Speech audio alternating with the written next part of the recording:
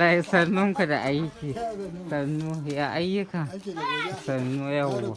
Lafiya alhamdulillah. To ni kam ina so ma dan maka wasu tambayoyi ne kan wannan gari na ku mai albarka na Kofa. Kofa ba? Kofa mai zaure Kofa. da Allah kaman shekaru nawa kenan daga fuwar wannan gari na Kofa. To ai ka gani sai dan ɗanɗi nake. Dan dai garin nan tsohon gari. Alhamdulillah. Kaji ana cewa Kofa. Wanda ya sari garin. Ce in Kofa. Kwafi a nan. Bebeji, Dirma, Tariwa. Duka wannan tsofin gari. Allah sarki. To me ya dalilin da yasa ake cewa wai ko yaro ya ɓace a garin nan duk inda ya shiga sai an gane shi. Wallahi dogaro da Allah. In dai a nan gari. Kuma duk masifar da za ta zo. Mu dai nan gari. Allah tsare mu. Alhamdulillah. To amma me yasa ba a taɓa cin garin da yaƙi ba ko da ana rigima ko zamanin da tun zamanin da rigima ba ta taɓa shigowa garin nan ba sai dai a can wajen gari a wuce. Tsoron Allah ba ka ce. Alhamdulillah. In dai ka ji tsoron Allah ba ne take Allah ya Allahu me makaraja haka kwarai tabbas. Mu da ita muke yi. Alhamdulillah sannu ku na gode. Wata ta iya boye dan ta bashi ya ci isha a je a karbi dan. Ko kuma in ta ji hela a karbo shi a can.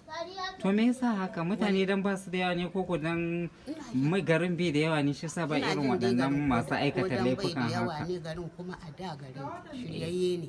Malaman da sun shirya shi. An shirya. Ma yanzu zamani ba. Malaman da sun shirya garin da addu'o'i kenan. Addu'o'i kala-kala ba. Alhamdulillah. Garin nan ai baya bata. To yanzu kamar shekaru nawa kenan daga ko garin nan? Sai da kuma aini ko ban san wannan ba da ban sani ba.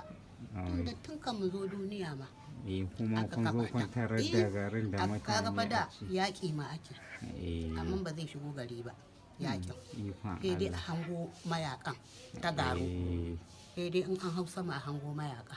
Su kewaye su wuce. Wannan ƙofofi ne da dogarin. Ana yaƙin da sai a kulle. Sai dai ka hau sama sai ka gano mayaka. Wallahi to a zamanin mu hadda mun tarar da irin garin. Wannan kaman haka yake dim kaman katanga. To ba kuma ginan ne ba haka ƙasa ce dim ga ta nan garin. Sai aka yi makofa. Aka dinga rufiya in za a yaƙi sai a kukkulle shi. To sai dai in ka hau sama ya ka gano mayakan can bayan garuwa ne. Na ku gari ana ta faman haka garin nan dauki ba daga nesa ku mutanen gari. Da haka garin nan yake wallahi Allah yanzu ne ma dai ba a komai. Tunda dai ɗa ba zai bata a ganin shi ba. Za a gan shi ko ya kwan. Yaro kamar ya shigo nan gidan baka san me shi ba ma za ka iya rike shi. A zo kuma in ka ji ana nema a ce ina nan gida. Tsakankanin mutanen da ke zaune cikin garin da akwai roƙon amana. Ayi su ma ana bakin kokari su ma na garin. Su ma ana bakin kokari. Ba haka ake a zaune rabbana ba. Wallahi Allah. To Allah ko za ka faɗa mana menene sunan ka? Sunana Sani Shaibu. Kai mazaunin nan garin ku? Mazaunin garin Kofa. A nan ku ba aka haife ka? A nan ku ba aka haife. A nan ka taso? A nan na taso a nan. A nan kai aure. To me za ka iya faɗi game da wannan gari na ku mai albarka? Gaskiya wannan gari namu alhamdulillah. Magana ta gaskiya wannan gari namu ana a yanzu dai Allah ya kullo mana ci gaba. Sakamakon mu mutanen garin Kofa mutane ne masu sana'a wato masu dogaro da kansu. Kowa ina abin da zai ci sha ya taimaki kansa ya taimaki iyalansa. Musamman yanzu da Allah ya kawo gaba ya kawo mana dan marisa ga nan wato wani abu da mun da gurin kenan wanda yake ya bunƙasa harkoki na ci gaba domin ya ɗibi ma'aikata ni ma nan ina cikin ma'aikata wanda ya ɗauka suke aiki. Wani aiki to aka ba? Aiki to ni ina kilina ne na wannan kasuwa ko pharmacy. To alhamdulillah. To me dalilin da yasa ake cewa wai ko yaro ya bace a garin nan duk inda ya shiga sai an gano?